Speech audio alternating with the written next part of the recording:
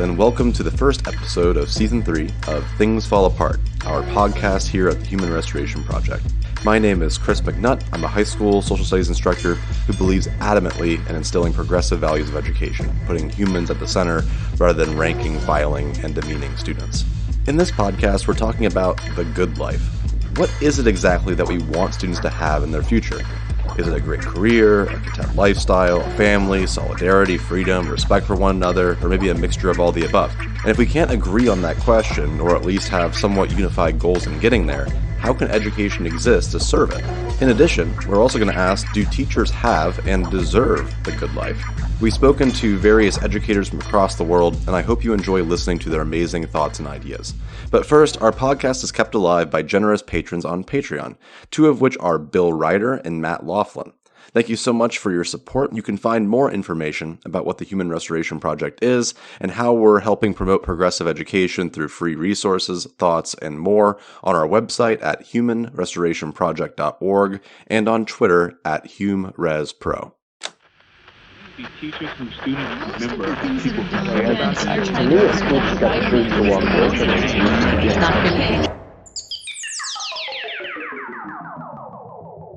Which brings us to Stephen Gumbay, a veteran teacher of 40 years. Stephen started off in Denver, Colorado at a private school and then designed his own curriculum for 12 years. Stephen then said, I had a parent say, you should take a group of kids to Kenya. And so I was like, wow, I'll do that. And quick story was it all worked out and I just fell in love with rural Kenya. It really shocked me to see like Maasai kids with no electricity take 9 courses and do extremely well, and yet walk across the savannah to school. And there was sort of a discord between that and teaching essentially rich kids at a private school in Colorado. I just felt the need to put my energies into a place that was different. It's something really called to me. This started a journey that took Stephen across Taiwan, Zambia, Kenya, Hong Kong, Myanmar, and eventually Ethiopia, acting as a science department chair and building secondary, primary, and preschool programs. He essentially took every opportunity thrown at him, dealing with for-profit organizations, which quickly turned him off, governments who removed all older American expats, and full direct government takeovers of schools. And now, back in Ethiopia, he's consulting a large private school on the first steps of a progressive education journey. The detailed experiences in each of these places has just been incredibly, rich. And in many ways, it has not been good. Now, I would say in general ways, the people who run schools, whether they're private or they're international schools that are not for profit, there is a lot of incompetency and mediocrity in the way schools are run in every one of these places. And quite honestly, the only good head of school I've ever worked for was the one back in Colorado in the beginning. And I haven't seen experienced anybody abroad that was above mediocre. And yet the children have been just fun and good. I mean, kids are kids everywhere. And the learning aspect of it is, and being in the classroom and creating things that see kids become excited about learning and turned on to learning. That's been the same everywhere. And that's the real joy of all of that. The business of education has got some immense challenges ahead of it. And in his latest endeavor, he's found a similar problem that we face in the United States and really everywhere. I think the biggest challenge is it's completely teacher-centered. So the idea of, let me give you this example of the school I'm starting to work with now. I visited there, and again, 4,000 kids from kindergarten to high school. That's a big school. The average class size that I saw was 30 to 35. So say I go into a 3rd grade class and they're learning English. Well, they're only budgeting in their time frame 2 sessions a week for English. And what they do is that the teacher gets up and he's teaching grammar rules. So here in Ethiopia, that's very standard. The regional teachers are trained in universities in rules of grammar. And it's all rote learning. They don't really understand the English language, but they understand the rules. So they'll have a sentence and they'll tell the kids, maybe they'll do introductions, sort of how we do introductions, what's formal and what's informal. And they'll call 2 or 3 kids up to do that. And then they'll move on to the next example. So in a class that I watched for 45 minutes or so, there were probably 5 kids that had a spoken moment, an interactive moment. And the rest of the kids just sit there at attention.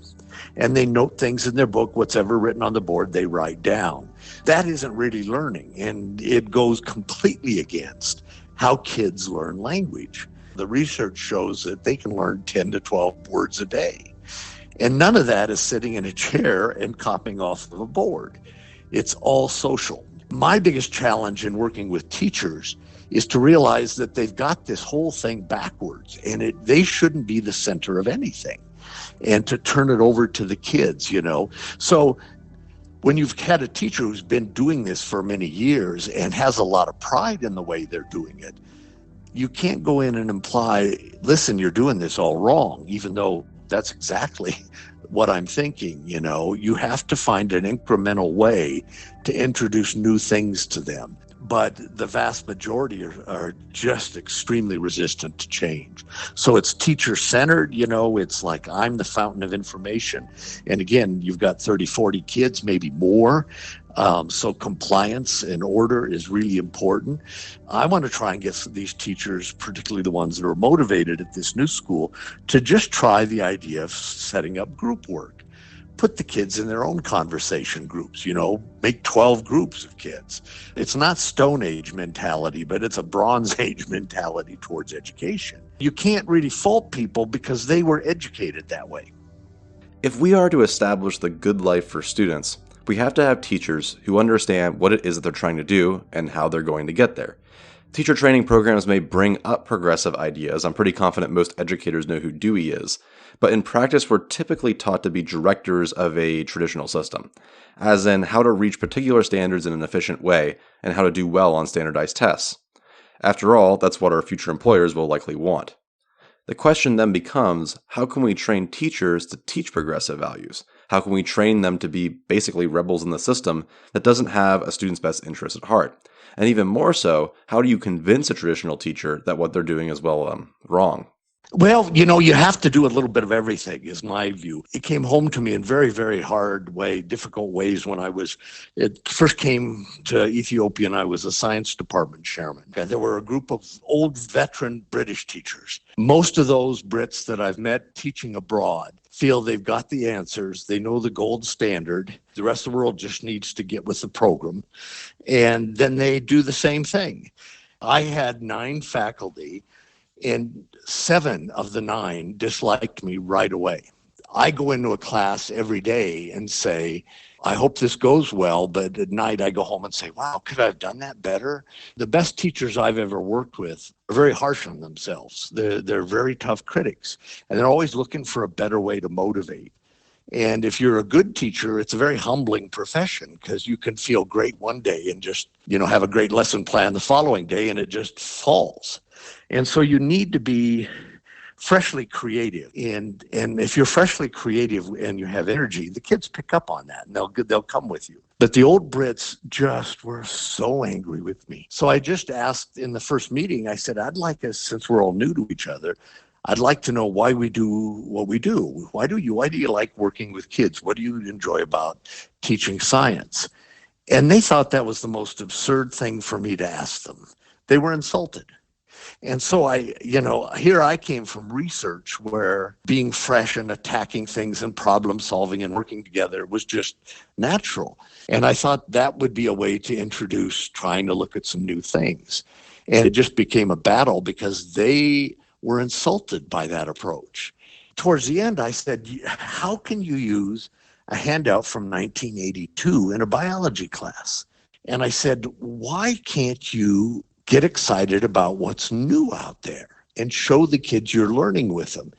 And I think that's the key point somewhere, is that whether it's in the US or in a school somewhere in the world, there are a group of teachers who are doing their job. I often describe it as they're delivering the mail. And that's what they think their job is. Then there's a group of teachers who feel they're there to excite the kids to learn because they're excited about learning. They've never lost their love for learning. And I think that's a critical difference. So that seems like we're at a crossroads, right? If someone's closed-minded and they're not willing to accept changing how their classroom looks, and if they think that they're superior or infallible, they're not going to ever consider that what they're doing is wrong. which I suppose means that the only way to go forward is to fire closed-minded teachers. It's very rare that I would come across someone who is a traditional teacher who started off as progressive. Most progressive educators started off as traditional. We kind of know both sides. So is it that we just want to ensure maybe that newly hired teachers are those that we want to stick around people that are progressively minded? I sent them something like what you sent me. I sent them 3 or 4 probing essay questions, including a question about tell me an experience in the classroom that you'll remember forever and value, and tell me one out of the classroom. And if people can't answer that, then the fire's not there. And see, my point is that if you're in the position of training new teachers or hiring teachers, you can always teach skills. But if someone says they have skills and the fire's not there, how do you teach the fire? You can't. The heart of teaching can't be taught. That's a real conundrum in all of education because we need millions and millions of teachers, and they're not all going to have that kind of heart.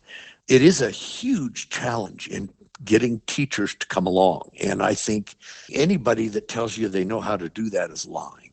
It's a dance with adults that have set up all sorts of barriers and guidelines for learning and protecting their professional integrity. You know, to be a learner, you have to be vulnerable. You have to say, I don't know. In the adult world, that's very hard to get people to do. Kids are easy. They're willing to learn until we beat it out of them.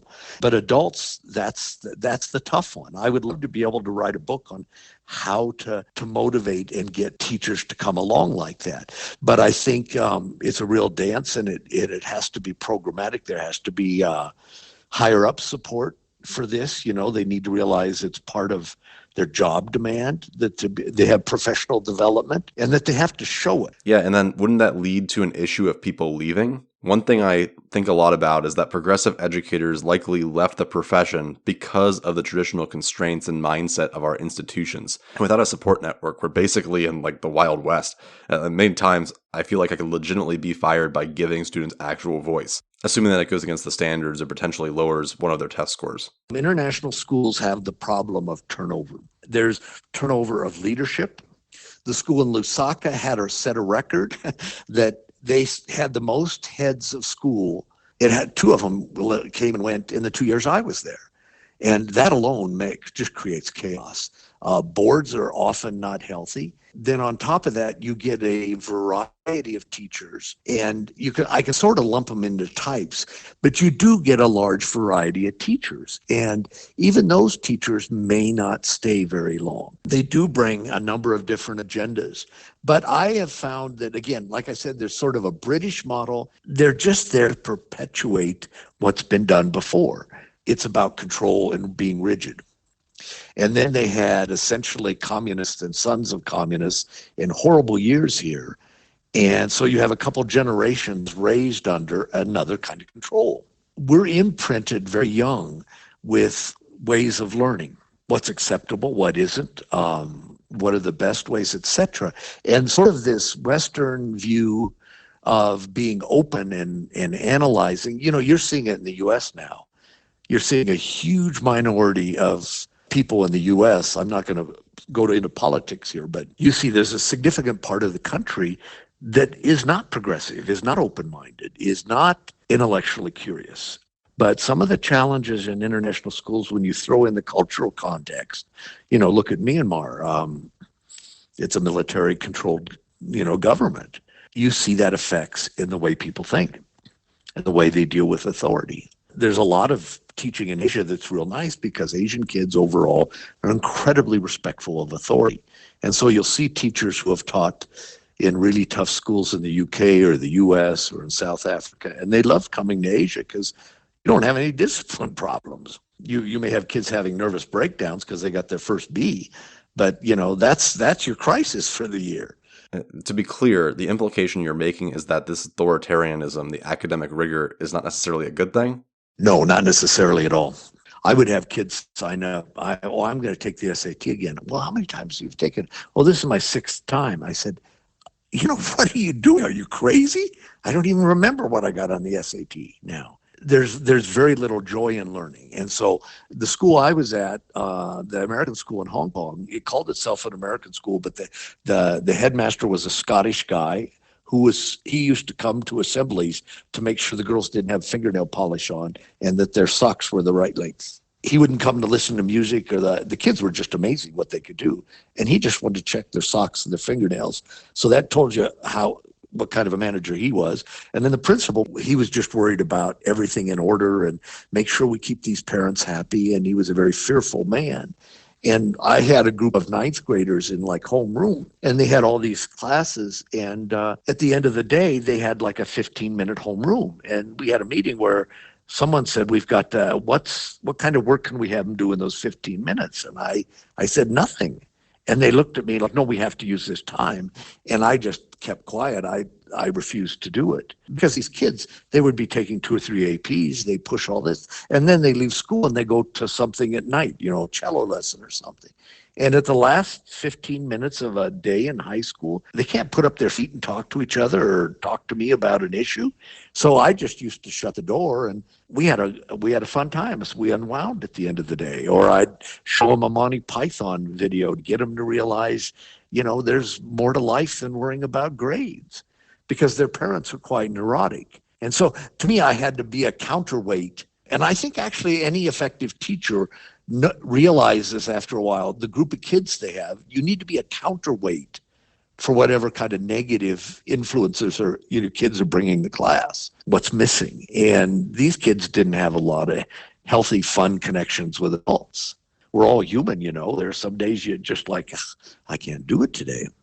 And that's okay. And to tie this back to training teachers to doing what's best for students, to give them human-centered approaches that care and love them, how do we actively encourage that rather than it being something that's subversive or something that you're doing in spite of what authority says? How can it be more explicit? When you're teaching teachers, you can't fall into the same habit that you're criticizing schools for. It shouldn't be teacher-centered. I'm not there to tell them how to do something. I want to sit down what I did with the primary school teachers here. We ended up with 9 teachers all. Now that sounds small, but we started there. We used to have the most fun faculty meetings. I led them and I had somewhat of an agenda, but I said, I want to run this like a graduate seminar. We're all equal here. The American National Academy of Science, in the US has these 2 series, How People Learn and How People Learn Too. They're just wonderful things. And I said, I want to take a chapter a week or chapter every other couple weeks. You go read it and we'll come back and we'll discuss it. And I wanted to sort of mentor and coach them. I didn't want to teach them. I did show them some videos to excite them, to show them teachers who had completely reversed their teaching and let the kids decide, for instance, in AP biology, which labs they were going to do. And so I got them thinking about that, but I wanted them to realize that we were learning as a group. I didn't have all the answers. The kids that we had here in Ethiopia, we had a very mixed group of kids, and they were all trying to learn English, and they offered a lot of challenges, but it was real fun because we could do whatever we wanted. And that's how I approached it. I said, I'm not here to tell you the 10 commandments and this is what we do. Let us figure out how to do this. But I want you to know what is learning. And so we started with some of that. And it was great. They really appreciated it because I found out one Australian lady had a lot of good education, particularly in English language instruction. I felt very much like a coach. We always enjoyed our meetings. We laughed, we pushed each other, we demanded a lot, but it was all for the kids. And it was all for us to enjoy what we were doing. I think we got to remember that I know when I've been in sessions where someone's given me professional development, I'm almost a cynic going in because most of them are boring and waste my time. No one's ever actually got me directly involved. There was one exception. It was a writing workshop that I went into thinking, oh, this won't be very good. And it was wonderful. Why? Because they all put us to work. And we were prompted and then let go. And we got to know each other. We formed bonds. We listened to each other. And, they treated us like good learners. I think teaching is something as an art that has to be learned by doing. But that kind of collegiality is very difficult to build. And you can throw in one really toxic person that doesn't like that. And that's the difficult part of management and leadership and in any business, dealing with the personality types. But, my goal going into it is to always come in as an equal And I think teachers need to have a stronger sense of that kind of professionalism. And they do in certain core areas, in certain groups. You could be in very healthy groups. But if you teach around much at all, you've also been around unhealthy groups. And particularly in really large schools, that's where it breaks down. You can have a lot more impact, just like a classroom of 15 versus a class of 40. It's completely different. Human Restoration Project, the whole point of it is to find like-minded people in progressive ed to ensure that you're not crazy. I know when I first got started with these things, I read a few books and it felt good that authors agreed with me, but it was really hard to find people that actually thought that the traditional system was wrong, that weren't someone acting outside of the education system. There are plenty of teachers out there in many different pockets who believe these things, who maybe aren't allowed to share their thoughts, maybe are kind of hesitant to be more frank about it, but there's a lot of them. And I think that we need something that helps unite us all, and that is meant to be the Human Restoration Project.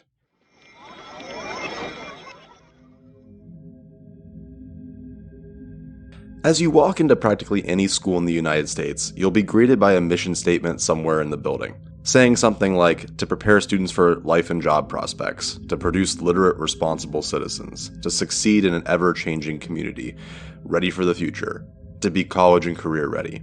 But we don't often stop and really think about what we're aiming toward. And everyone seems to have a different view on what is best for their child, and without a doubt, children have their own ideas on what they want. How often do we listen to them, and do we really know what's best for them? Teachers aiming to meet all of these differing voices are faced with unrelenting pressure to conform to a system that likely isn't reaching any of these objectives and are struggling to figure out, what's next.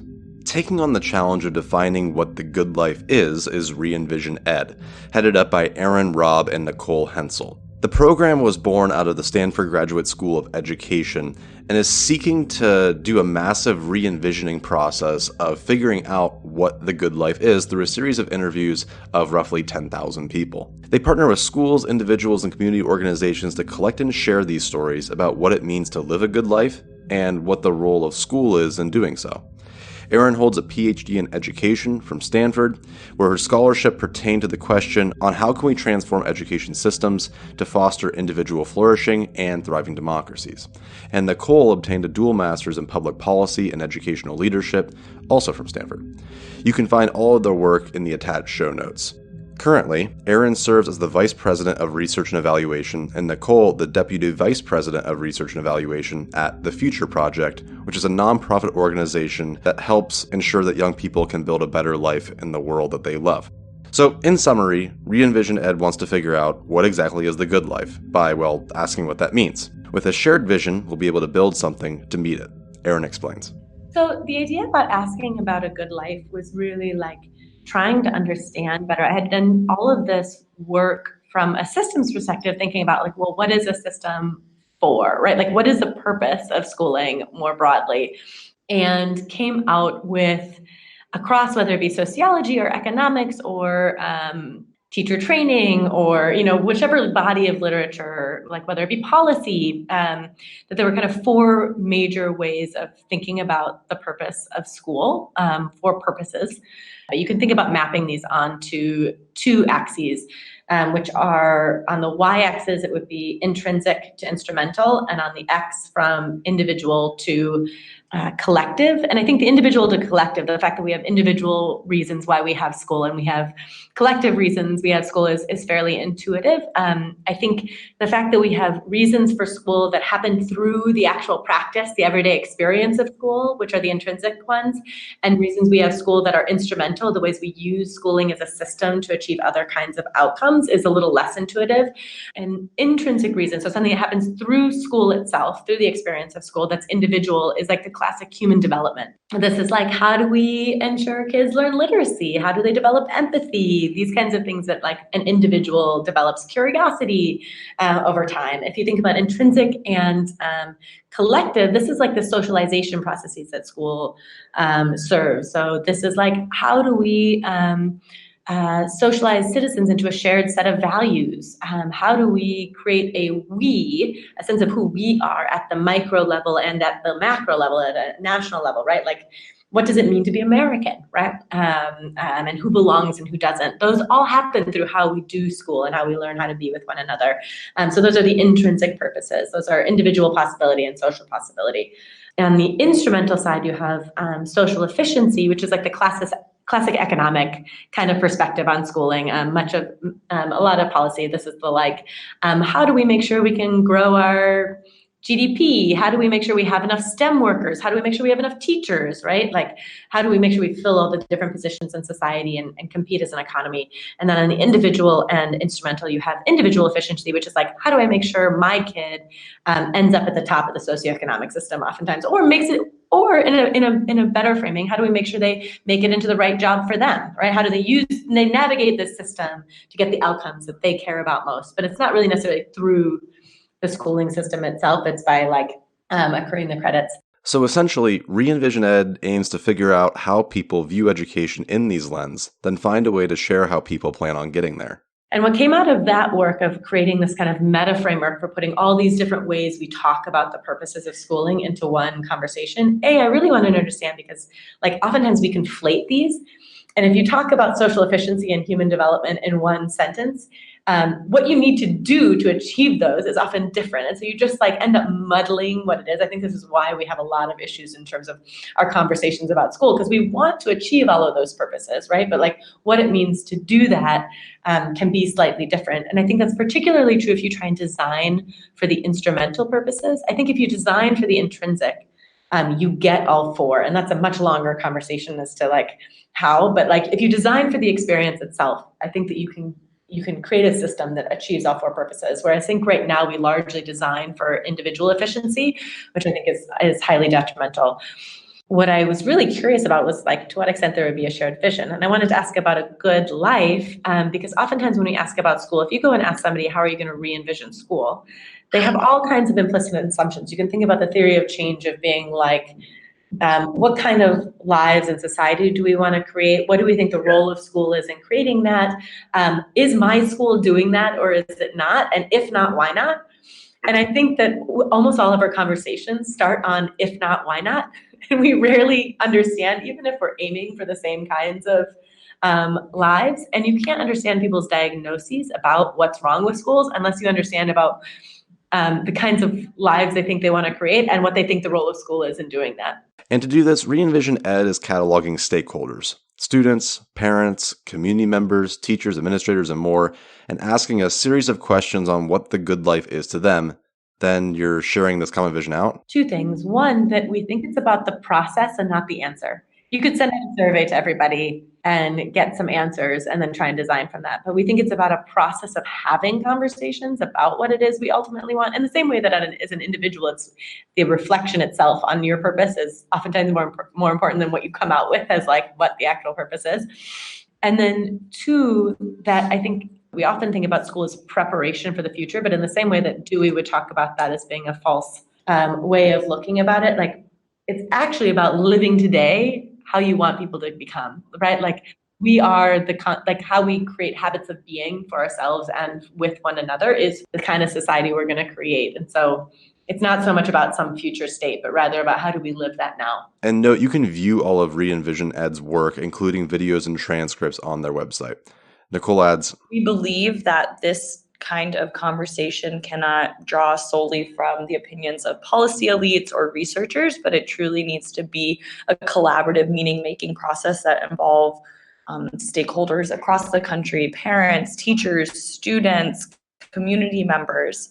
And so that is why we set the ambitious goal of capturing the voices of 10,000 people across the country and asking them to articulate their theory of change or schooling. So what makes a good life? What kind of society do they want to live in? Do they want their children to live in? What is the role of school in creating these lives in these communities? And do we think schools are currently playing that role? And why or why not? And then do you think others agree with you? And we hope that these conversations, three main things. The first of which is that we hope that the conversation itself is really powerful. I think something that Erin mentioned earlier is that It would be relatively easy for us to send out a Google survey to 10,000 people and say, hey, what do you think the purpose of school is? And we might get some interesting responses. And in fact, I think there is like a poll that does that currently. But what that doesn't allow for is to allow space for reflection, to sit down with someone that you love and grapple with tough questions. And we believe truly that the power of the 10,000 interviews is not just in the number 10,000, but is in the process of meaningful reflection with people you care about. So after we've gathered this data and we begin to interpret it, Erin likens our classrooms to a garden, and in this case, a tomato garden. There are two things that teachers have control over, and it's not the like size, redness, or like actual full development of the like tomato, an individual tomato itself. what they have control over is the school and classroom environment they create, and they have control over the experiences they design. And it turns out that human beings, similar but different to tomatoes, we'll just keep pushing this metaphor, depend very heavily on the social environment that they're in, and that we have social psychological needs that are just as important as our physical needs. So like food and water we need, and you can think of Maslow's hierarchy of needs, right? But there's been a huge amount of research around like these core social psychological needs, and we have needs for a sense of autonomy, so a sense that like our actions are volitional. Need for competence. This is from social self-determination theory, Ryan and DC. It's like 40 to 50 years of research. We have a need to feel competent, and that doesn't mean in the way we often use that in schools, but in the sense of like, I can predict that my behavior, what the result of my behavior is going to be. So you can think about that and if you have a very unpredictable environment, it undermines your sense of competence, right? Like if you can't ever predict day to day what's going to happen, you feel less confident in it. We have a need for a relatedness with other people, right? We are like fundamentally and before anything else social creatures. And so the need to feel seen and to be related to others is a core need. And then from a different body of literature, we have a need for meaning. Like we are meaning-making creatures. And part of that is like purpose, right? So you can think about that, but we make meaning in lots of different ways out of our life. You can think about that through religion, through philosophy, lots of different ways of making meaning. But we have these 4 core needs. And when we design environments, I'm going to go through a couple design principles. But I think there are things you can add. So for like autonomy support, you give kids more choice, you give more direction, you allow them the freedom to think about what it is that they want and how it aligns with their interests, right? There are also things that stand in the way. So I'm gonna first go through the things that stand in the way, because oftentimes we think about adding things in, but actually it's just, I think we've largely designed schools to stand in the way of our ability to meet our core needs. And so thinking about that, alienation and anomie. So when rules are too tight or too loose, if you have too much of a structure or too little of a structure, it undermines people's sense of autonomy and their sense of competence. If you have a high shame, all of Brene Brown's work on shame and how that inhibits our ability to relate with others, to show up as our full selves in our environments. Scarcity has very predictable effects, and not just scarcity of like money, but scarcity of time, scarcity of resources. And think how much educators, I mean, maybe I can just ask you, like how much it just feels like there is never enough time, and how much like we design like classrooms so that like in our 42 minutes and 30 seconds together every day, right, we're going to like get through all of these different things. Like there's just this constant enforced time scarcity, as well as just never feeling like there are enough resources. And that both inhibits our ability to like be empathetic with one another, actually inhibits your ability to like feel empathy for others. Think about when you're like really rushed to go to a meeting, right? And you pass by somebody and it looks like they're having a bad day. You're way less likely to stop. There's a ton to consider here, and if you want to learn more about Erin's research, I highly encourage you to check out her work in our show notes and at REENVISIONED. And in addition to their work at REENVISIONED, Erin and Nicole both were just hired on at the Future Project. The Future Project aims to make sure that every person can build a life and world that they love, starting with youth. And right now, our main program is one in which we put dream directors in schools So a dream director is like a new role in a school. It's like part role model, part coach, part mentor, part educator. And they work with a cohort of students to develop a set of mindsets and skill sets to allow students to identify what it is they care about, and pursue that, and to create projects that benefit their community, right? So to think about what it is they hope to see in their school, and how they want to serve other students in their school. And so we're doing a case study, for instance, right now on one of our longest running dream directors. And really it's been a whole school transformation over 6.5 years now, right? But and really student-led and student voice, thinking about how to shift school culture in these particular ways. So our major program is one in which dream directors work with students in schools. And I think, oh man, I know that we're in nearly 50 schools, and I'm going to mess up the number of states because we have like 3 different sites in Connecticut, but we're in Connecticut, New York, New Jersey, Philadelphia, DC, Chicago, Detroit, LA, and San Francisco. We've just launched a new program, which is a 3-day version. So you can think about dream directors as like really intervening in the entire ecosystem, right? Creating like a greenhouse, if you're thinking about that metaphor.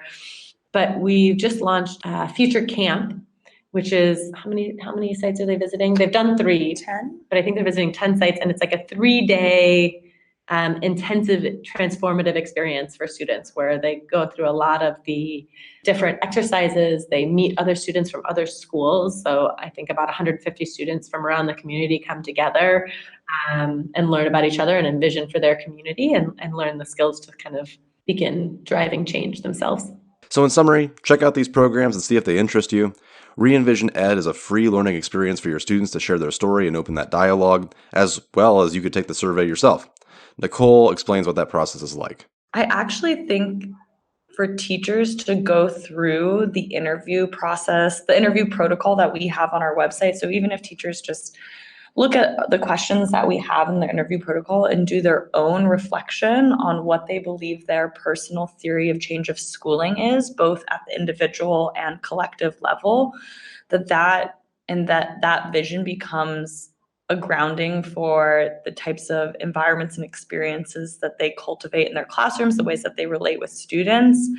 I think that although my skill as an educator improved over my time in the classroom, that actually I was much closer to my personal vision for schooling in my first year of teaching, although everything else was a disaster. I think that I am more proud of the work that I did in that first year because it was more in alignment with my values and my vision for school, versus as I became more seasoned in the classroom, I think I adapted what I thought was important to what the system was reflecting back to me was important, what my school district was reflecting back to me as important.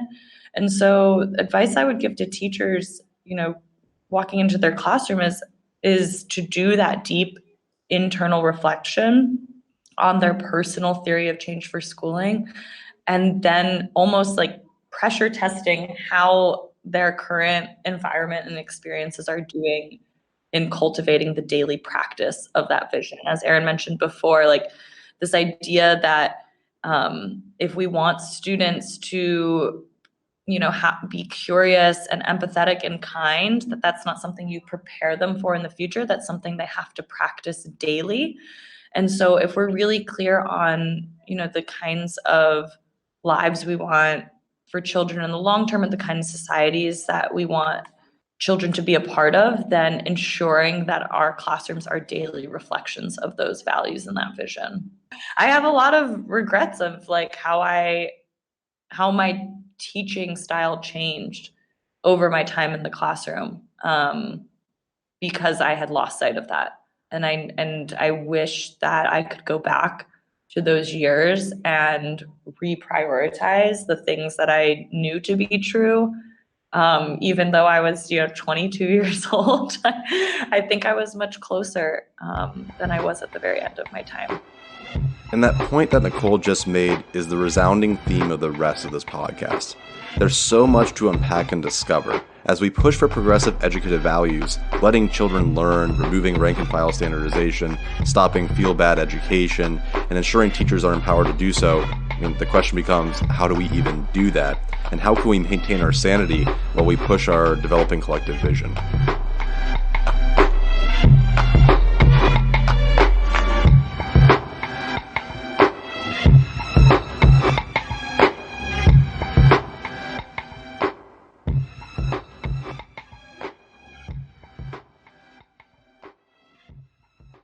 And so I had an advantage a lot of teachers didn't have, is I was working for 10 years and then got 10 years off basically and read nothing but research, wanted to see what could I do to improve how things work.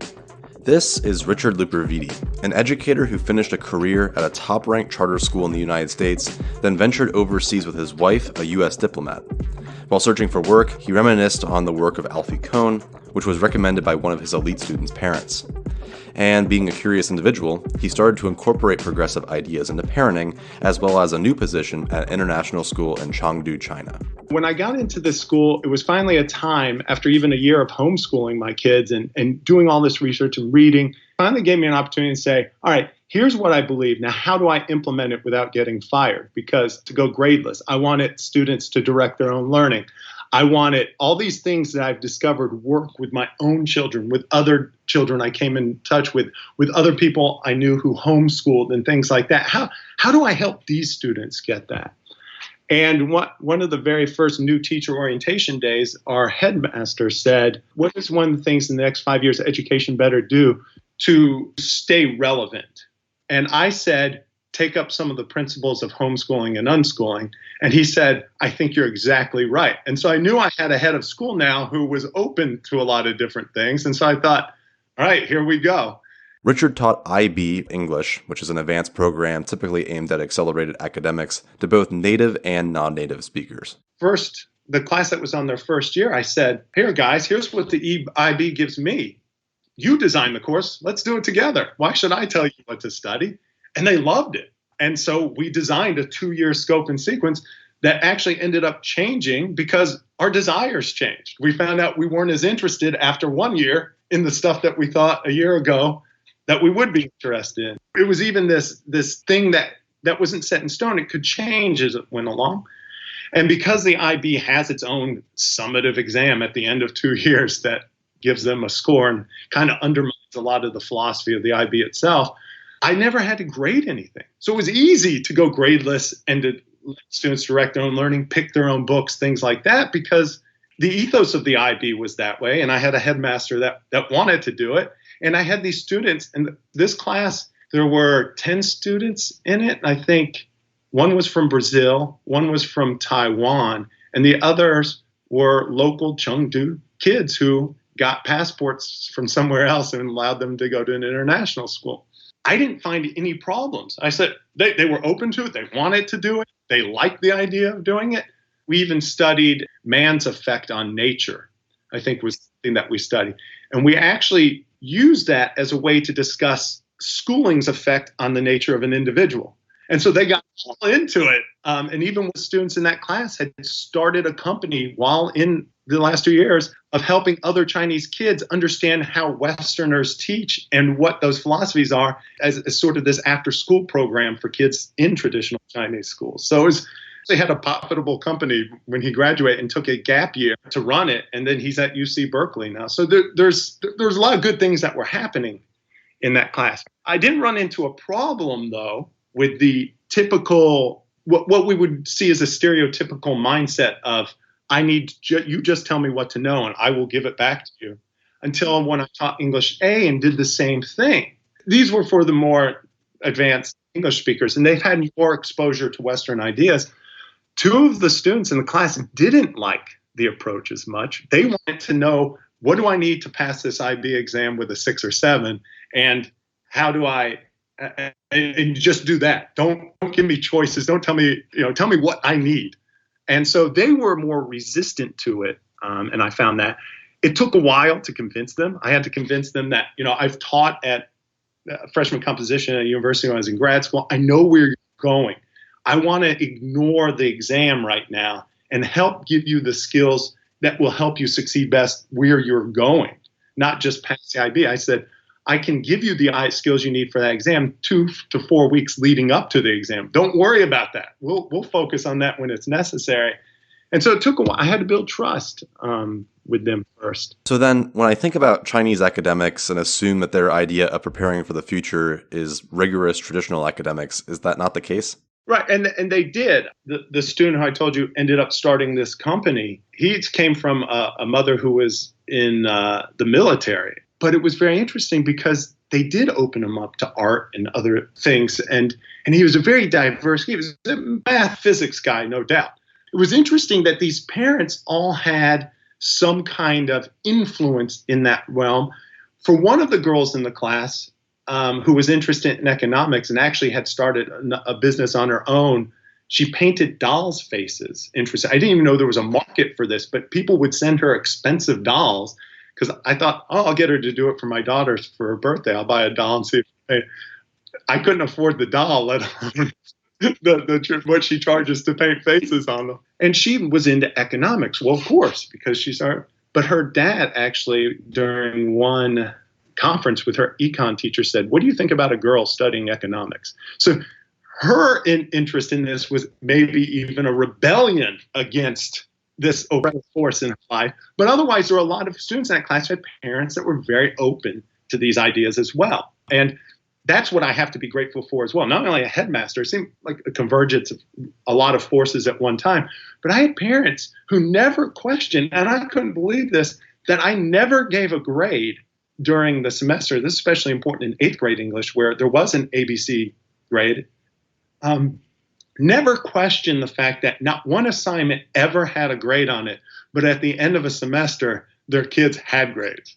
They never questioned that because I had a whole room of kids working on different things. I had 6 of 12 kids in this class working on their own novels, and by the end of the year, the 6 of them had 50,000 plus words at least of their own novel.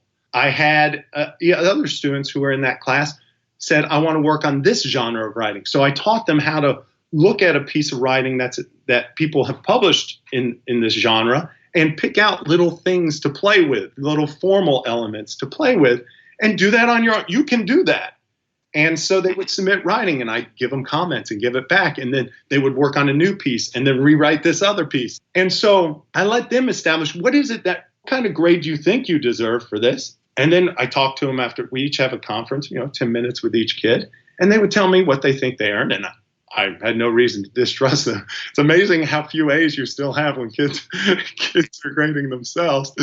And kids, I'm like, I'm not giving you a B. I'm going to give you an A. I'm sorry. I refuse to listen to you on this one because they've been beaten down so long. And a lot of the feedback was, thanks for making me realize I could write, that I can learn to write, that I have something valuable. But the parents never questioned any of that. I think it was just they trusted me. Their kids always came back with, Mr. Lupaviti is doing this thing with me, and I really enjoy it, and I feel like I'm learning. So what I find interesting about your story is that it seems like progressive education practices just fall into place and work. We spend so much time trying to figure out how to engage kids with gimmicky lesson plans or make them comply with grades or outlandish drill and kill practices.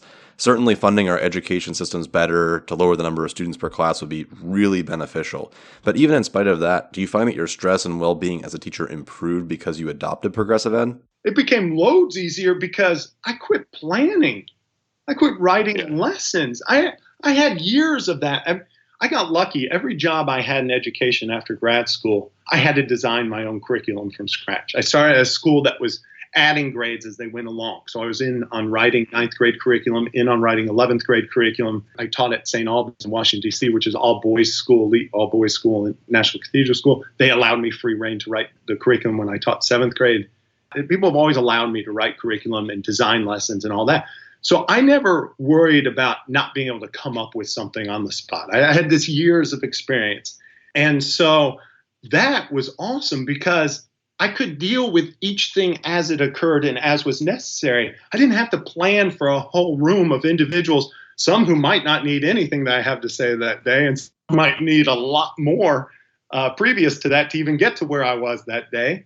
And so it was wonderfully freeing. And instead of worrying about lessons, I would go down and play basketball with kids during the break to get to know them better. I would hang out at lunch. I didn't worry about grading or anything at lunch because I had students come to my room. They would eat in my room, and I joined them for lunch, and I would get to know them. I mean, yeah, in some ways it's easier, but it's much more difficult because you have to be scared to death at some point that what if I'm wrong?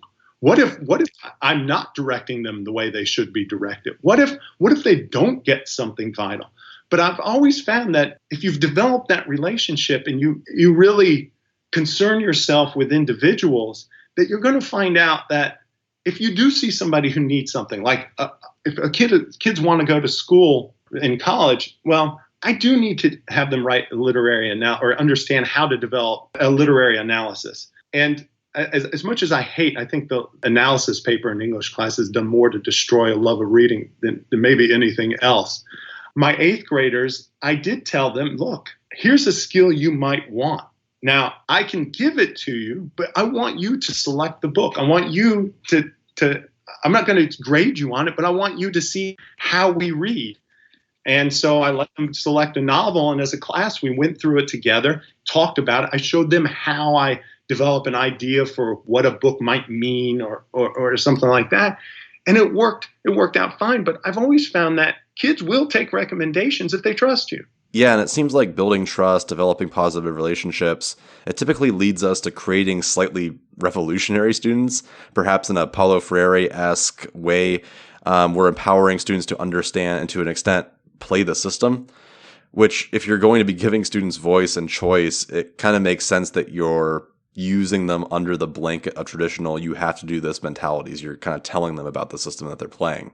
I have used that we're rebels against the whole system thing to motivate. I mean, that one class, the English B class that everybody bought in pretty quickly, I decided to give them sort of that final lecture thing. I said, look, we've been talking all year. This final class period is yours. You each get, 10 minutes. You give the whole class one final lecture. What is it you've gotten now as you're about to graduate high school? What is it you want us to know? And I didn't know it was going to do this, but it ended up turning into a big crying fest about we've learned more than it. This is the class that we've learned stuff in. This is the way that, and I'd never done that as a way of, seeking praise or something like that. It was a way of giving them another chance to voice us. What is it you really want everyone to know now that you're graduating about your experience? I even found out that one of the girls in the class who wanted to go study in Korea and go to a Korean university. And interestingly enough, I spent a year and a half teaching in Korea too. And we talk about Korean. She was teaching herself the Korean language. I was the only person who told her that she should go and that I loved it. And everybody else was telling me, why would you want to go there, blah, blah, blah. And she, on that day, broke down. I had never even known over the last 2 years my support of her dreams there meant so much. So at the very end of that class, I said, look, I've never asked you guys for a favor, but on this last test in English, your English B exam, I'm going to ask for one favor, and that is prove me right. That's the only favor I want. If you do well on this exam, you're going to prove me right, and you're going to prove yourselves right. You're going to prove to everyone that there's a better way, a more humane way, and that the numbers showed that grade on that exam for them was almost a full point higher than all their other exams. During the summer, I found out all the numbers, and I've since had lunch with some or things like that, or been in communication with most of them. And I said, well, thank you, because you did it. I think part of that mentality of we're fighting a system that hasn't been just to us, I think moved them in some ways. I know people can think it's hokey, I guess, but if we read Henry V, that's basically how he united all of Britain, is he found, hey, let's attack France. Let's find a common enemy for all of us, and let's all gather around that common enemy. So how then do we instill progressive vibes into schools and convince other educators that these aren't hokey ideas? I know that some people see it as like the hippie kumbaya thing. We're all sitting around in a circle talking about how we feel. And that really isn't the point of recognizing individuals as people, although it certainly could be a major element. But how can we convince people that progressive education is honestly a lot more rigorous and challenging than traditional ed, because we're letting students have so much of that control that they're pushing themselves? I've read some introductions, some books where they go over the history of progressive ed. And these are books that are meant to discount progressive education. And I never found one of those books that alluded to the 8-year study. If you're not familiar, the 8-year study was conducted throughout the 1930s into the early 1940s, and it looked at students at progressively focused schools, ones that had cross-disciplinary classes, more arts and music programs, blended learning, and in general a more fluid learning environment. It looked at everything from very traditional rank and file schools to really interesting experimental schools. And usually what these results showed was that students outperformed their traditional counterparts in pretty much every realm. So academically, like your standardized testing, but also when it comes to social and emotional well-being, artistically, all sorts of different kinds of things. It's a pretty extensive study. And we can't miss the fact that these students were highly privileged. It's something that's part of that could potentially alter the findings, because the schools that could do that were mostly more well-off kids. That doesn't mean, though, that we couldn't ensure that for all of our schools.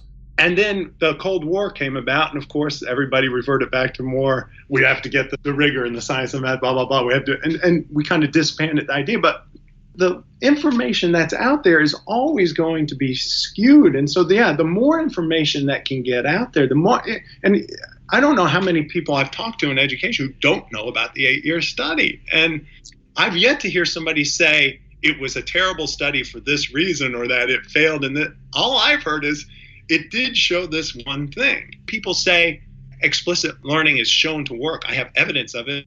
Okay, under what conditions and what did it work for?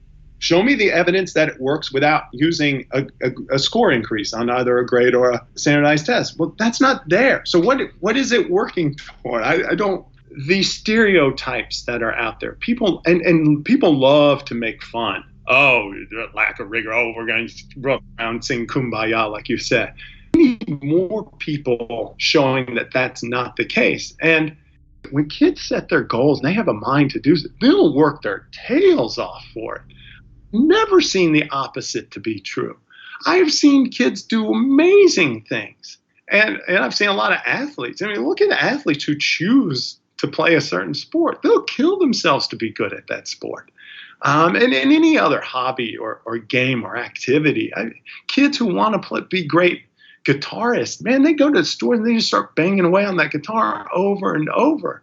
I'm glad no one told Dave Grohl to go back to school and start doing that homework and get really good. I'm glad his mom let him tour to Europe with a band at 17 so he could continue playing, because I kind of like some of the music Dave Grohl has put out. And I benefit greatly from his mom's open-mindedness to the path he should have taken. And not everybody's going to be that, but we don't know where everybody's going to head. I find that I've read most of the stuff the other camp has read. They haven't necessarily read the stuff I've read. And I don't mean to get on my high horse or sound braggy right now, but if that's true, why don't we all read all the same stuff and see what happens?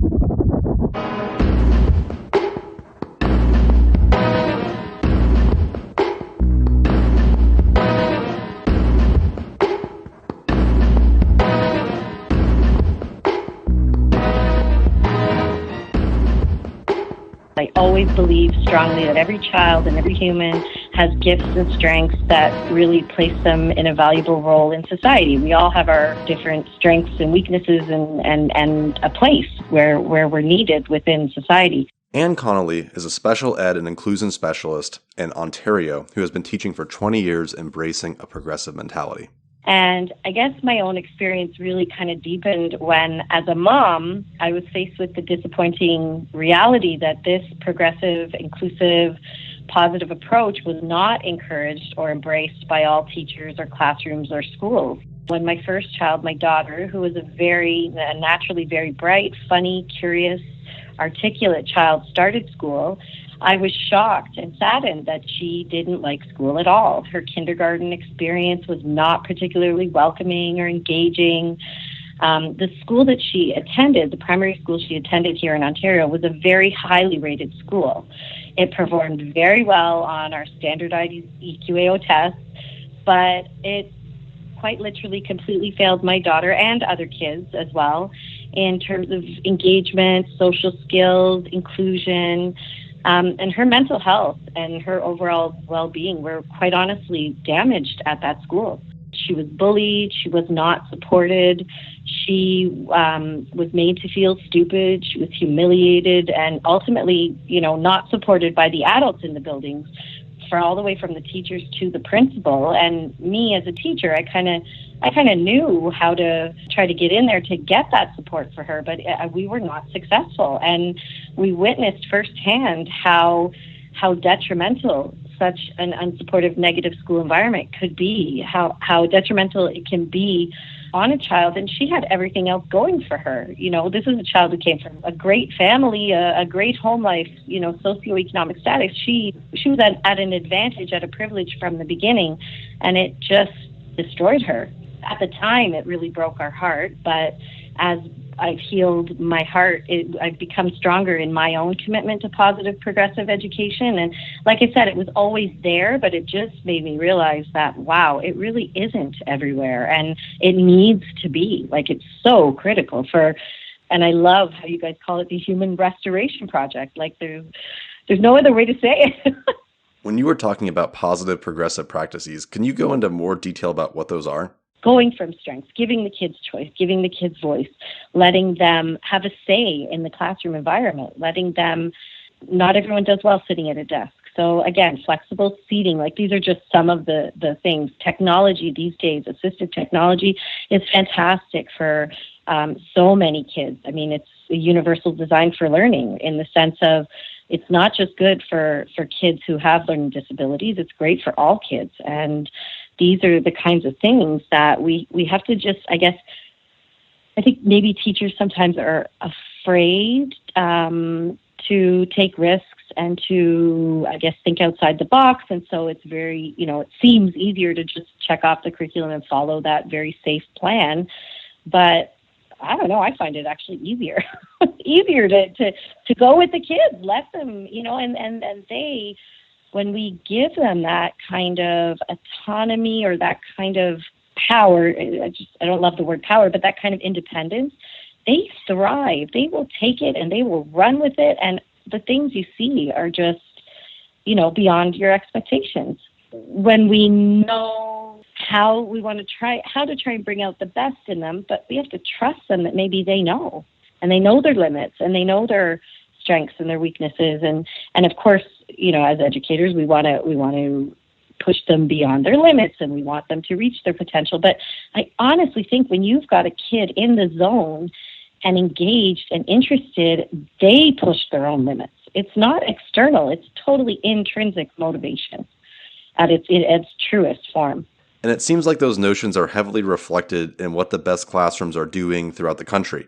Ironically, most of the time the teacher seems to get in the way and really just needs to take that risk, as you said, and letting kids control much of what happens in a practical, authentic way. We could drastically change classrooms tomorrow if we just asked, what do you want to do? How does all this translate then into inclusion and special education? I'm a SERC teacher, SERC. I have a special education resource classroom, which I love because I still have my own group of kids. I can create that classroom, that great classroom community, classroom vibe, really get to know my students. But I only have them for 50% of the day. So they are included. They are absolutely integrated into the other classes. They come to me for 50% of the day for language and math only. I find that kind of a lot of that project-based learning and a lot of those other really great pedagogical models, those work so well in science and social studies and history and geography. In language and math, I do have to do it. It's a little bit different in there. I teach primary, so I teach the younger ones. So we're kind of starting from the beginning. But I guess, in terms of, for example, time, we're starting to look at time on an analog clock, which, nobody really uses anymore. But as we were talking, as I was showing it, the kids were watching videos about it. We were talking about it. They made their own clocks, just paper plate clock, nothing fancy. But we kind of realized the whole purpose of time and the idea that it's cyclical and that it goes around. And it was through exploring that kind of that model, working with the round paper plates, making the little hands go around, like all that physical movement, the creating it themselves, making their own colors, noticing that there's big numbers that count the hours, there's the little numbers that count the minutes. And, I have a little boy, he's in grade 2, he's language impaired, and he's been struggling a lot. But once he realized the connection between like the hours and the minutes, he was able to tell time to the quarter of an hour, to 15 minutes. And that's not even part of his grade 2 curriculum, never mind the fact that he's on an IEP and, it's beyond what he should be doing. So I guess when I think about it now, it does work its way into my class, but I definitely, as a classroom teacher, a regular classroom teacher, kind of, I guess, maybe more progressive type of teaching and the student choice and voice, that definitely came more integrated with science and social studies. But I guess now that I'm thinking about it, I do it in math almost naturally, without even thinking about it. You know what I mean? It's almost not, I didn't think it was that type, but it really is. Right. And in the same vein, progressive education isn't necessarily that we have to do experiential learning or we have to do a certain type of education. It's that, as you said, we're providing students with the outlet and voice to take control of that education and then offering those experiences as a potential outcome. It's not all or nothing. You can have direct instruction as long as the students are consentful towards actually accepting that directed. I talk to kids all the time that want that experience, and that's perfectly fine. It's not about an all or nothing thing. We have circumstances. Like, for example, at a special education facility at a primary school where we want to assist young people in reading basic math, it makes sense sometimes. And I found too that for older kids, high schoolers, our more advanced topics are actually brought to life by students doing more experiential learning and doing something that's a little bit more experimental, probably because it's very much a propose your own way of learning type thing. So students on IEP or 504, it's naturally differentiating. It really is universal design for learning, like UDL in my special education training. That's something obviously we learn about differentiated instruction and universal design for learning. Like you can't go wrong. You're gonna allow the academically inclined students to succeed and do well, and you're opening a door of possibilities and entry points and just different ways for those kind of different learners to think outside of the box and to succeed outside of the box. Based off your experiences of being a mother and elementary educator, what recommendations do you offer teachers who want to engage a class which is inclusive? Getting to know them, like establishing a relationship, getting to know their talents, their passions, their fears, what they're really good at. As soon as you know what makes them tick, then you use that and you weave it any way you can into whatever curriculum you're trying to teach or whatever subject you're trying to teach. So one of my little fellows, I know he's very artistic and he's really good at art. So when it came to making his clock, he got to decorate it and, add color, whereas some of the other ones who wouldn't be as artistic, they didn't go in that direction. So it gives them kind of a sense of ownership and pride and a reason to be intrinsically motivated to really want to do this work. Because a lot of times with some of these kids, some of the stuff we have to teach them is to them, it's so random, it's so unimportant, and we got to find a way to hook them and to get them interested and to show them why it's relevant or why it's valuable, and oftentimes we do that by just finding something they like. I had this little boy who loved Batman, so wherever I could fit Batman in, Batman was there. Just to keep him engaged. Allowing the kids, giving them tools, a variety of strategies to kind of support them. So, for example, in math, we've spent a lot of time kind of exploring different tools, for example, hundreds charts and number lines, which are really, really great for almost any type of math. Once you've kind of introduced it to them, given the kids a bunch of different experiences, exploring them in different ways, creating them, dissecting them, kind of deconstructing them, constructing them, working with them in different ways, then the students are able to kind of say, you know what, I like working with this. This is going to help me. And then giving them choice again, letting them see what works for them, what makes sense to them. We want to expose them and share different options of tools and strategies that will help them, but ultimately they need to make the choice of what's going to work for them. And giving them that responsibility and that independence, even for a grade 2 student, even for a little one. I love the point you bring up surrounding elementary students.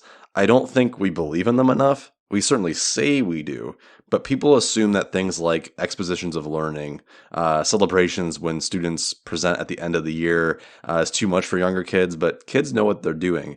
They might need a little nudge towards something sometimes, but it isn't a uniform learning process for every 7-year-old. We can do a lot of different things. In the same line of thought, what are your concerns then for inclusive practice in particular? People sometimes, teachers, educators, parents, administrators, we kind of think that just by putting a bunch of kids in a class together, that's inclusion. And it couldn't be further from the truth, because putting a bunch of different kids with different strengths, different weaknesses, different issues, I guess, in a room, different personalities, they need coaching and modeling, and they need constant, I don't want to say supervision, but instruction or coaching. Maybe coaching is a better word, and how to relate to one another. Because inclusion is not a physical thing. Inclusion is not putting them in a room together and there we have it. It's a relationship. It's a deep connection to feel included. And I think that is one of the biggest, scariest things is that teachers don't understand that putting them in the room together is one thing, but we have to teach them, coach them, we have to model how to respect one another, how to all, even if we don't like each other, we still have to find a way to get along. I know, for example, in September, a lot of classrooms, teachers, they're establishing, classroom rules or classroom expectations. Things can't just be talked about in September and written on a chart and stuck on the wall. It has to be lived and experienced, and the kids have to breathe it. You have to talk about it all the time and integrate it and show it explicitly and deliberately how, well, the way you just said that to her, that wasn't very respectful. Is there another way you could phrase it? Or, you're having a difficulty with that student. How can you solve that problem? And coaching them through those things.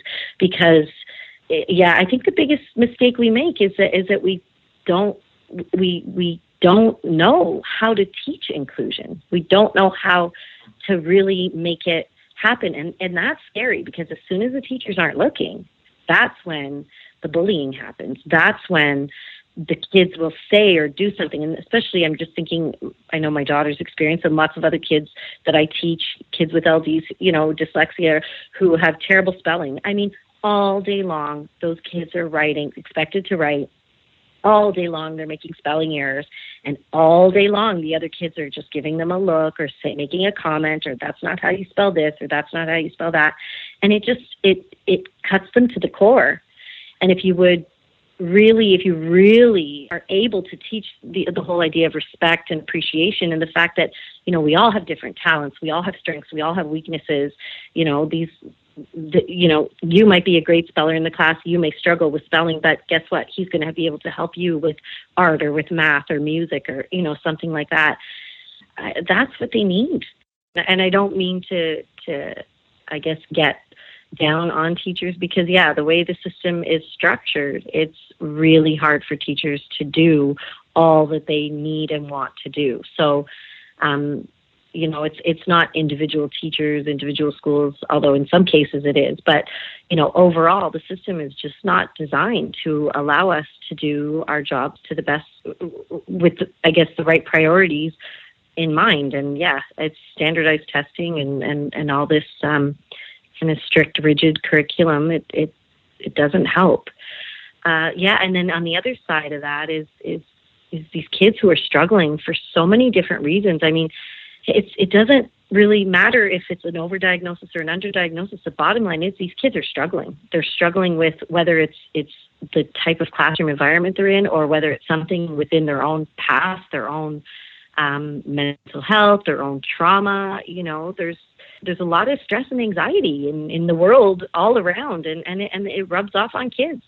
That's a whole other area of exploration that I'm kind of delving into the self-reg world, self-regulation, and kind of healing that part of kids and adults. But yeah, parents, and as a parent of a kid who had an LD, ADHD, who struggled a lot, it's really hard for parents too, because there's so much shame and there's so much blame and there's so much that we, feel responsible for. And, sometimes we have to just acknowledge that there's a lot out of our control. We feel like we need to be in control of everything and we're not. So, but again, I think it all comes back to the idea that we all kind of have our strengths and our weaknesses, and we all just need to focus on the priorities, and everything will fall into place, I think.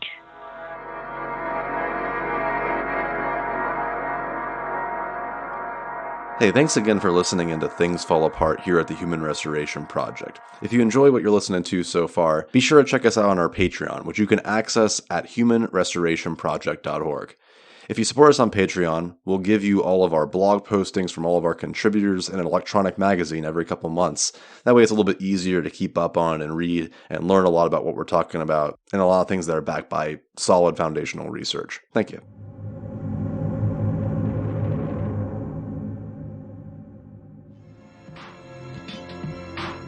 One thing that I wonder through all this is, are we pushing for something that some people really don't like? They consider progressive ed counter to the goals of education or the good life, and that adds a lot of stress. Not only are teachers underpaid, undervalued, and often misrepresented, they now have the added burden of feeling like they're doing something wrong, as in it feels like bad teaching to make some of these transitions, as we're going against really what we might have learned in college, or maybe we saw in a quote-unquote good classroom growing up.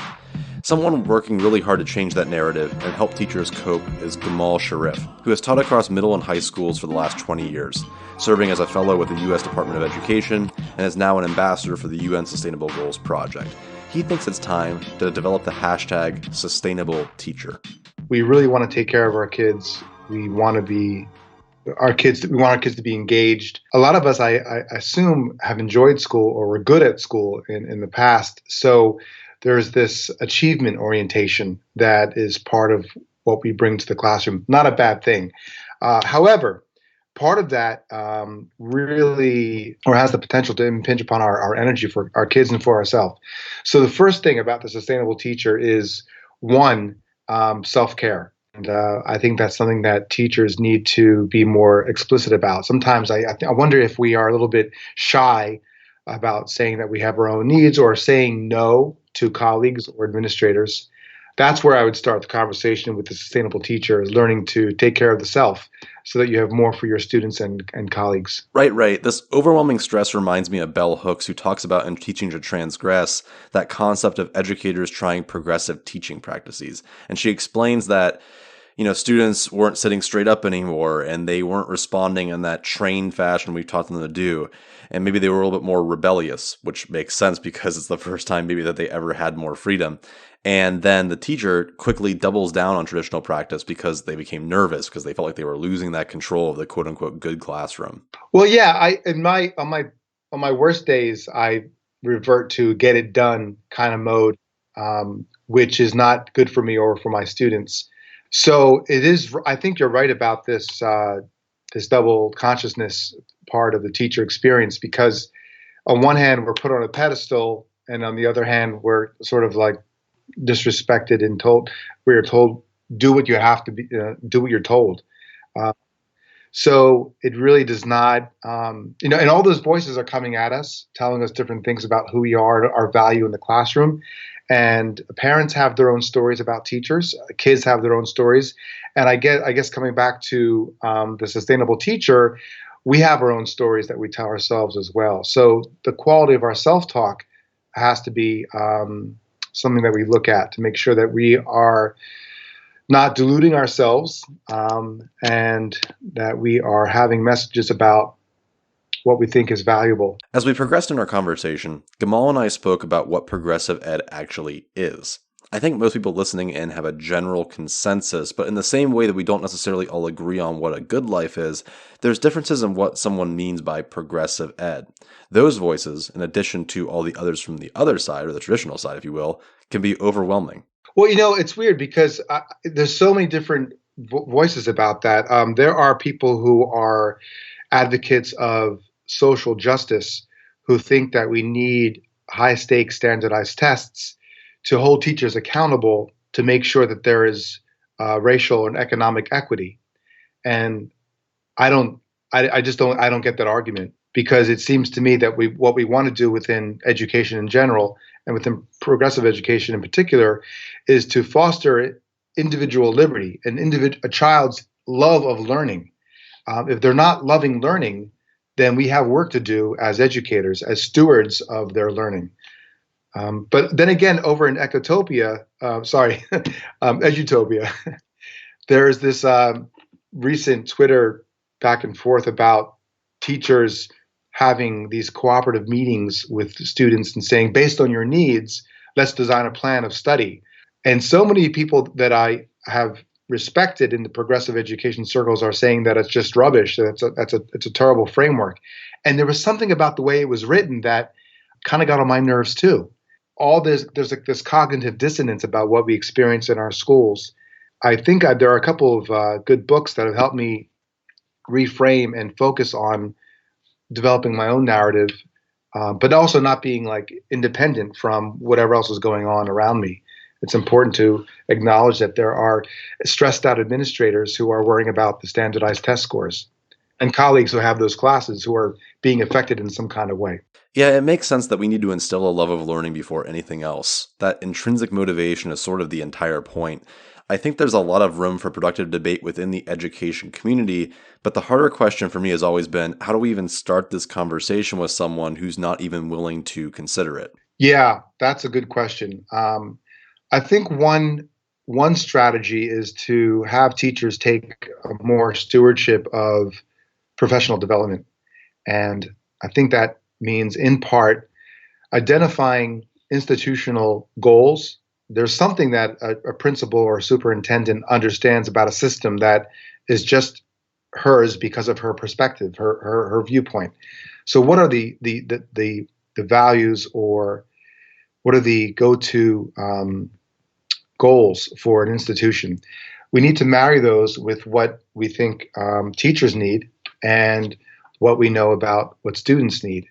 So professional development in professional learning communities as one model is a way to have teachers experience gradeless learning as they identify opportunities or problems, as they work together over time, months or weeks, and then coming together to present and share what they've learned for the value of learning, for the value of the collaboration, and for the value of enriching the school learning environment. No grades needed. But when they experience their own stewardship of their own learning, they are in a position to transfer that experience to their classmates. But unless it's part of the school-wide culture, it's a really challenging position to be in. I think a lot of it, too, is just a misunderstanding of what progressive education is. We were talking earlier about the characterization of progressive ed being completely hands-off, and that's not really true. It could be, depending on the learners. We could definitely have multiple different options, but we're still mentors and coaches. I don't scream at kids, I don't take away their cell phones, nothing like that, but I certainly encourage kids to focus and prompt them to meet the goals that they're setting for themselves. I also tell my kids, if you have your cell phone out, you should be using it for research or to learn something during this activity. So either A, you're by yourself doing your own research, pursuing your own questions, or B, you're with a small team planning and reviewing your research, or you're doing some other kind of learning. But I mean, I don't even mind, those quick study breaks when the kids are just playing on their little games like Jewels or Gems or whatever it is. Those little 5-minute breaks or 3-minute breaks are okay. I prefer maybe we do some more mindfulness. But yeah, and people see that as lack of discipline. And I don't think but it's not lack of caring.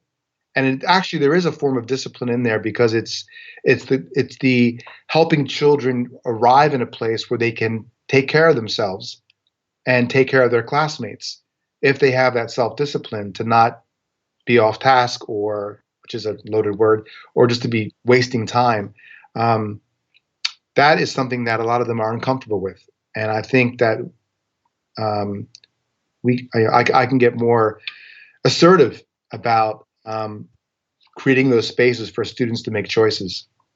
I also think that we should look at the long term, because I do have high school kids, over months or over 4 years. I think I've seen kids grow in that direction, and when they increasingly become more comfortable.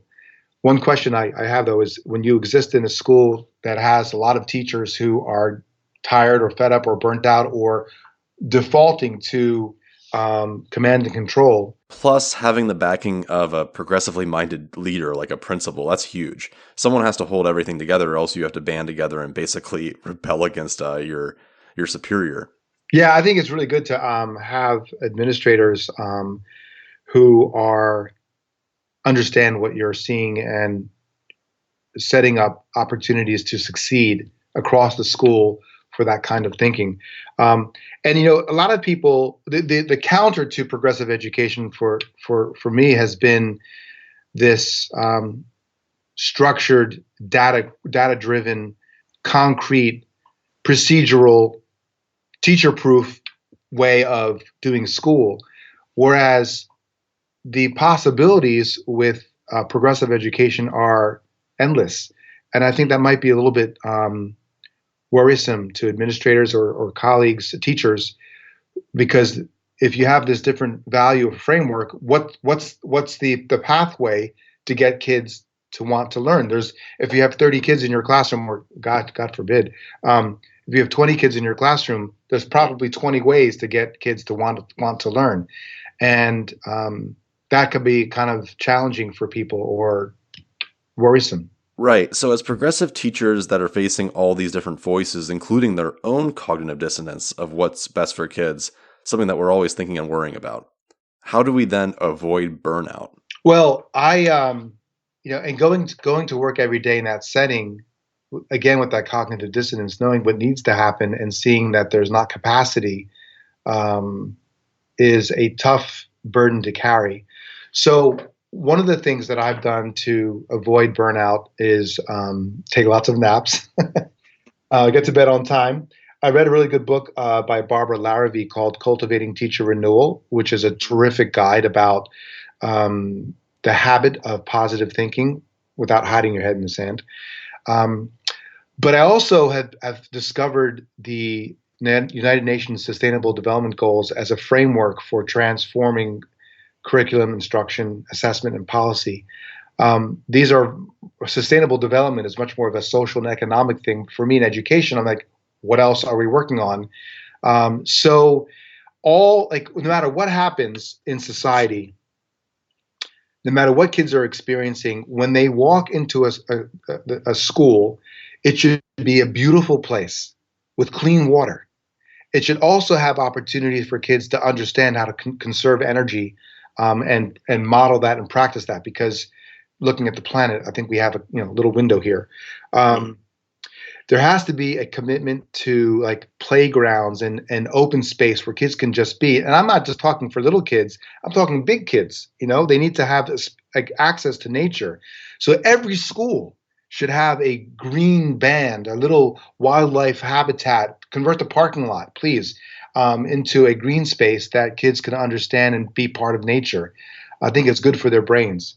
And I think that advisory is a very concrete thing within the school that needs to be that can be a mechanism, a strategy, a scheduling opportunity to have the critical conversations where it's 1 to 15 or 1 to 20 a couple times a week, not just for 10 minutes to get your trans pass for the bus, but to actually have longer classes with a low bar grading, like 1 or 2 assignments a quarter. I'm getting to the nitty gritty here, but it's like the value of advisory as a way to help foster social emotional learning. I think there needs to be a real commitment to that. And when kids experience it and teachers experience it, it transforms the school.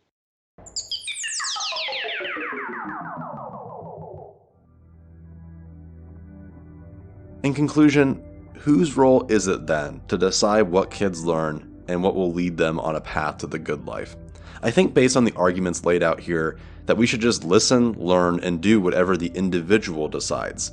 That might seem kind of lackadaisical or not very conclusive, but we don't really spend enough time listening and learning from students, nor do we really give them that much of a voice. We need children not only involved in planning our classrooms, they should be involved in meetings and school planning. They should be constantly sharing what matters to them. I feel like I don't let students share enough in my class about what they want to do. We might start off with it, we might do halfway points, but it has to be a constant process.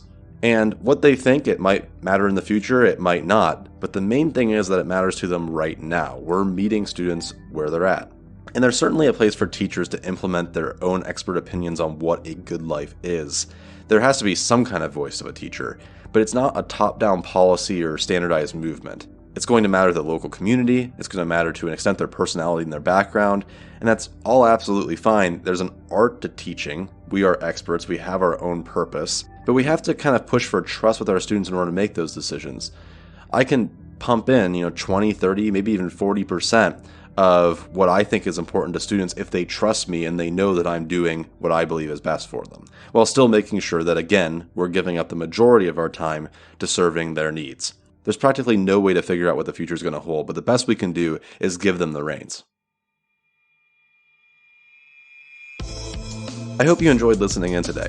You can find a bunch of helpful links and background information in our show notes. Also, be sure to check us out on our website at humanrestorationproject.org, and if you like our content, consider supporting us on Patreon. Let's continue to restore humanity to education.